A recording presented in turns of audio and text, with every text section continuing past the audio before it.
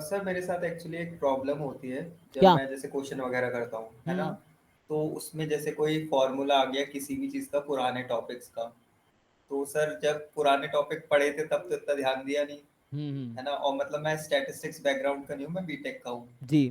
तो सर फिर क्वेश्चन में अपन अटक जाते हैं, बहुत सारे क्वेश्चनों में ये चीज़ आती है, तो सर फिर उसको अगर क्वेश्चन को वहीं टर्मिनेट करके अपन पुराने उस पे जाते हैं, बहुत ज़्यादा टाइम वेस्ट हो जाता है।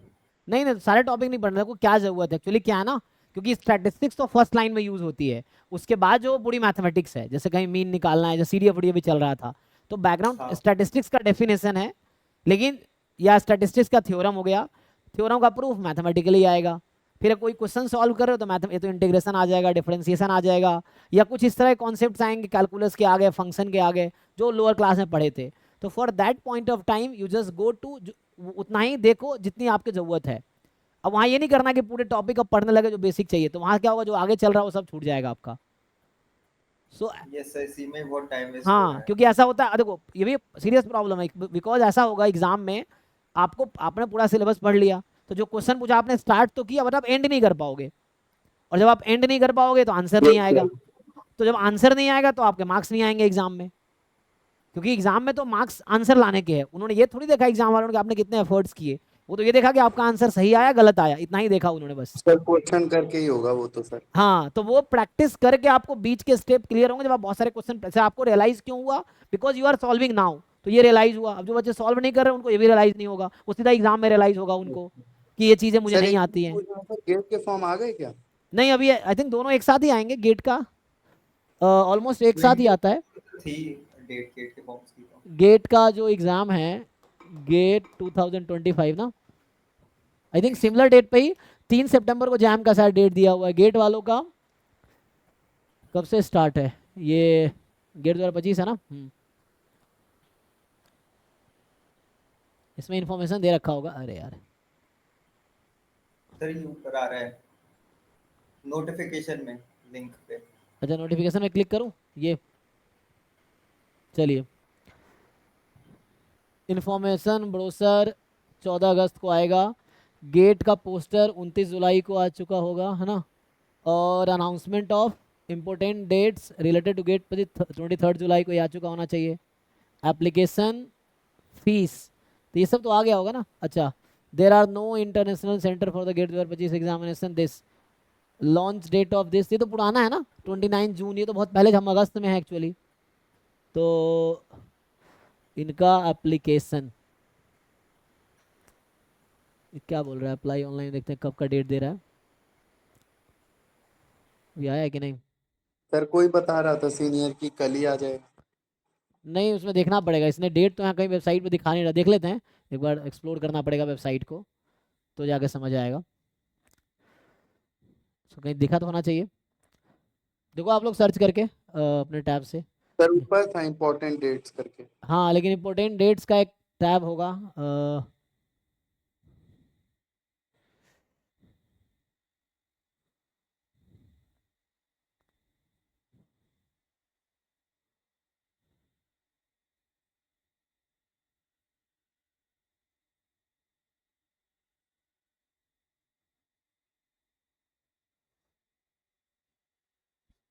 उनको तो इस फर्स्ट पेज पे ही देना चाहिए था कि एग्जाम का एप्लीकेशन कब से आ रहा है। सर 24 अगस्त है। 24 अगस्त है। अच्छा, यस सर। ठीक है, इसको देखना पड़ेगा, कहाँ पे दे रखा है। सर मतलब मैंने डायरेक्टली गूगल पे सर्च किया अच्छा, तो वैसे ट्वेंटी गूगल कर लिया फोर्थ आपने। अगस्त से इम्पोर्टेंट डेट्स में 26 सितंबर तक है विदाउट लेट फीस। सर ये इंपॉर्टेंट डेट्स आ रहा है ना न्यू, इस ये पे क्लिक सामने करो। रेड कलर से। अच्छा, ये आ गया, हाँ। Yes sir. सो ये आ गया, तो देखिए, हाँ, इंपॉर्टेंट डेट्स पे क्लिक करने पे आ गया। तो opening date of GATE online application 28 अगस्त, ठीक है ना। So opening date of GATE online application processing system 28 अगस्त से स्टार्ट होगा, and closing date of online registration without late fee 26 सितंबर तक है। Closing date of extended online registration with late fee 7 अक्टूबर तक होगा, ठीक है। एग्जाम देखें 1 फरवरी, 2 फरवरी, 15 फरवरी, 16 फरवरी, है ना। सो ये चार ऑल डेटा, मतलब level to change, but change sir होगा फिर नहीं। हमारा तो 2 फरवरी को ही होगा आई गेस। अब देखो कब होता है, अभी date I think subject wise release नहीं किया अभी, मुझे लगता है देखना पड़ेगा। सो इसमें, है ना, मतलब ईच डे में 2 शिफ्ट है, तो टोटल 8 शिफ्ट में एग्जाम होंगे। तो सर जैम का तो 2 फरवरी को है ना? हाँ, जैम एमएस का 2 फरवरी को 2 से 5 में है, सेकेंड शिफ्ट में है। तो गेट का देखो, या तो 1 फरवरी को होगा या 15-16 में से हो सकता है मे बी। तो इन्होंने अभी डेट तो मुझे लगता है सब्जेक्ट वाइज अनाउंस नहीं किए हैं। सर वो डेट तो एकदम लास्ट हाँ वीक एग्ज़ाम ऑफ के, दिसंबर में आती है, हाँ एग्ज़ाम के दिसंबर के लास्ट वीक एक में। दो महीने पहले आएगी। तो अभी ये वो एंड में बताएंगे, अभी क्लियर नहीं है कि, क्योंकि वो लोग शेड्यूल बना रहे होंगे ना, तो बहुत सारी चीज़ें देखना होगा उनको, तो और वैसा सर है। CSIR नेट का फॉर्म कब आता है? CS नेट का अभी CSR 2 बार होता है साल में, दिसंबर में और जून में। तो अभी एक दिसंबर में होने वाला होगा, उसका भी आएगा अक्टूबर में, आई थिंक अक्टूबर नवंबर में, अक्टूबर के अराउंड। अच्छा, अक्टूबर में आएगा। ये है। सर नेट और गेट में पीएचडी स्टाइपेंड का एज अलग अलग है क्या? नहीं, I think age limit JRF का एज 28 ईयर्स है जहाँ तक मुझे आइडिया है, शायद दोनों से अलग अलग। गेट के थ्रू, गेट में कोई एज लिमिट नहीं है? आई थिंक सो, ऐसा कुछ मुझे याद नहीं है, होगा ऐसा मुझे लगता है, लेकिन गेट के थ्रू PhD की मतलब ये है कि एडमिशन का, गेट में क्या है कि जैसे नेट तो दो उसका है, आई थिंक नेट का तो मुझे आइडिया है, उसमें लिखते हैं JRF 28 ईयर्स तक है, उसके बाद आई थिंक विदाउट फेलोशिप या स्पॉन्सर्ड इस तरह कुछ सीन होते हैं। गेट से भी इतना ही होगा, 28 ही होगा जहाँ तक मुझे लगता है, मुझे श्योर नहीं, मुझे चेक करना पड़ेगा एक्चुअली कि गेट के थ्रू सर कितने। गेट में तो कोई एज लिमिट नहीं है आई गेस। ओके, सो हाँ, क्योंकि नेट में देखा है मैंने, लिखा हुआ 28 ईयर लिखा रहता है वहाँ पे, जनरल कैंडिडेट के लिए जो प्योर जनरल कैटेगरी का है उसके लिए, बाकी के लिए कैटेगरी वाइज आई थिंक कुछ रिलैक्सेशन है, तो वो भी देखना पड़ेगा। आप वो देख सकते हैं ऑनलाइन, बहुत सारे या वेबसाइट पर रहते हैं। गेट का ऐसे कोई देखा नहीं डायरेक्टली मैंने कहीं लिखा होगा एज लिमिट है। गेट एग्जाम देने का तो मुझे लगता है इसमें भी कोई एज लिमिट नहीं है, और अटेम्प्ट भी फिक्स नहीं है ये शायद। सर एग्जामिनेशन में कोई एज लिमिट नहीं है और अटेम्प्ट भी आप कितने भी दे सकते हो। हाँ कोई लिमिट नहीं है अभी गेट में, जैम में भी सेम फेलोशिप है। का पता नहीं, हो सकता हाँ है एज जैम में लिमिट भी, हो उसमें। जैम एंड गेट में अभी लिमिट फिक्स नहीं है, एज भी फिक्स नहीं है। नेट में भी आई थिंक ऐसे फिक्स नहीं है एज नेट का, लेकिन वो JRF की एलिजिबिलिटी 28 साल कर रखी है उन्होंने। बाकी लेक्चरशिप के लिए नेट का एग्जाम कभी भी कोई दे सकता है, क्योंकि असिस्टेंट प्रोफेसर बनने के लिए जो गवर्नमेंट कॉलेजेस हैं, चाहे स्टेट यूनिवर्सिटी हो, सेंट्रल यूनिवर्सिटी हो, या गवर्नमेंट की यूनिवर्सिटीज़ हैं, तो उसमें नेट चाहिए, है ना, असिस्टेंट प्रोफेसर के लिए।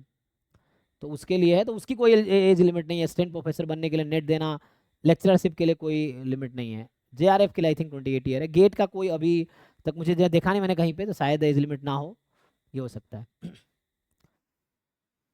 ठीक है, चलो तो हम लोग स्टार्ट करते हैं। तो बाकी ये है ना एप्लीकेशन, जैम का भी एप्लीकेशन आने वाला है 3 सितंबर से, और गेट का एप्लीकेशन आ जाएगा 28 अगस्त से। तो ये है, ठीक है, 7 अक्टूबर, ऐसे तो 26 सितंबर लास्ट डेट रहेगा, तो ये है, ठीक। और एग्ज़ाम डेट भी है इस तरह से। चलो तो अभी हम लोग सर जैसे गेट 2 पेपर अटेम्प्ट कर सकते हैं, तो ऐसे नेट के लिए भी 2 पेपर अटेम्प्ट कर सकते हैं क्या? नेट में, जैम में 2 पेपर अलाउड है, गेट में 2 पेपर अलाउड है, ये पता है मुझे। नेट में 2 पेपर किस सब्जेक्ट में आप देना चाहते हैं? सर मैथ में और स्टैट में। अलग अलग नहीं होता, अभी मैथ स्टैट्स का नेट में अलग नहीं हुआ है। तो मैथमेटिक्स, स्टैटिस्टिक्स, ऑपरेशन रिसर्च, इन सब कैंडिडेट के लिए कॉमन CSIR नेट एग्जाम है, जिसका नाम है CSIR नेट मैथमेटिकल साइंस। तो अभी एग्जाम अलग नहीं हुआ, सेक्शन उसमें अलग अलग है, इसीलिए टोटल एग्जाम 450 मार्क्स के होते हैं, लेकिन बच्चों को 200 मार्क्स का ही अटेम्प्ट करना होता है नेट के एग्जाम में। यही इशू है, क्योंकि मैथ्स वाले मैथ्स से क्वेश्चन करेंगे, स्टैट्स वाले स्टैट्स से करेंगे, मतलब मैथ्स वालों के लिए बहुत सारे ऑप्शन है ना, linear, real, complex analysis, group theory, integral equation, differential equation, partial differential equation, इस तरह से है। और जो स्टैट्स वाले हैं वो लीनियर रियल तो करना ही है उनको, उसके बाद स्टैट्स के क्वेश्चन कर सकते हैं। ऐसे कोई रिस्ट्रिक्शन नहीं है कि यही करना है, कोई बच्चा कोई टॉपिक के क्वेश्चन टच कर सकता है, लेकिन आप वही टच करोगे जो आपको आता है। तो MSc में जो सब्जेक्ट पढ़ाए जाते हैं, MSc मैथमेटिक्स में, तो वो बच्चे वो अटेम्प्ट करेंगे। MSc स्टैटिस्टिक्स में जो पढ़ाए जाते हैं वो अटेम्प्ट करेंगे, जो ऑपरेशन रिसर्च वाले हैं वैसे अटेम्प्ट करेंगे। तो इसलिए जो CSIR नेट का टोटल पेपर है वो 450 मार्क्स के आसपास आता है टोटल पेपर। उसमें से लिमिट है, सेक्शन A में 20 क्वेश्चन में 15 करने होते हैं, सेक्शन B में 40 में 25 करने होते हैं, सेक्शन C में 60 में से 20 करने होते हैं। ठीक है जी नेट वाले लोग, यही है ना। तो टोटल ऐसे करके है, वो है। अब वो किसी टॉपिक का भी आप कर सकते हो, सेक्शन C में 60 में मान लो 20 करने हैं, तो 60 में 20 किसी भी टॉपिक के आप कर सकते हो जहां आप कंफर्टेबल हो।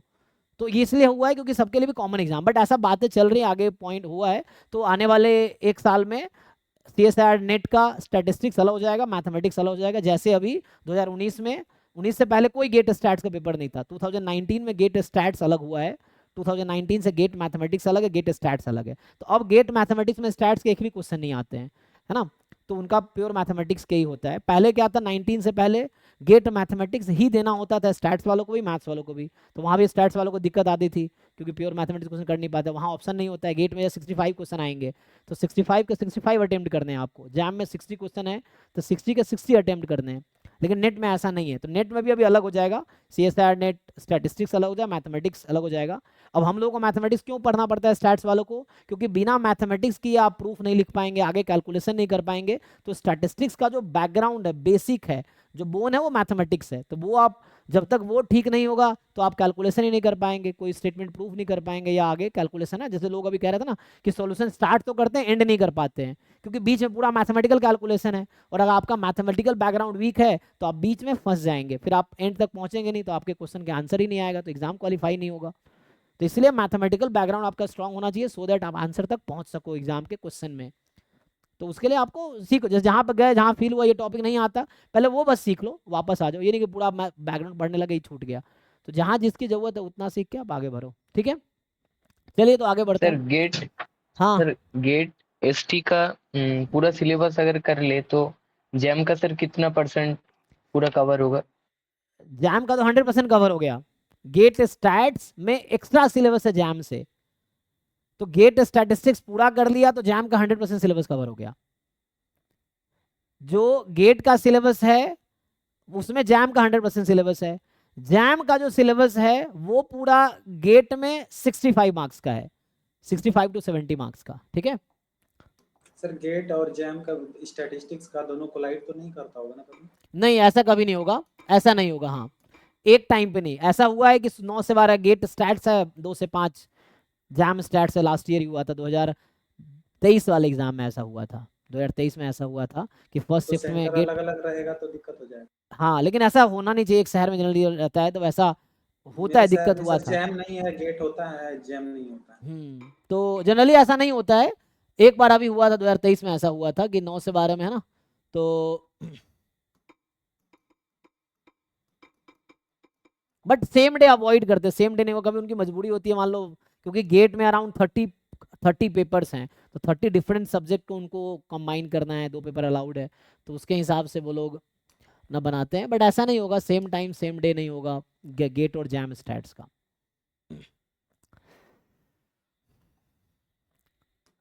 चलो, तो हम लोग यहाँ पे थे। तो अभी तक देखो, बेसिक हमें स्टैट्स मैथमेटिक्स इतना जानना है कि स्टैट्स के क्वेश्चन हम सॉल्व कर सके एटलीस्ट, है ना, बीच में फंसे नहीं।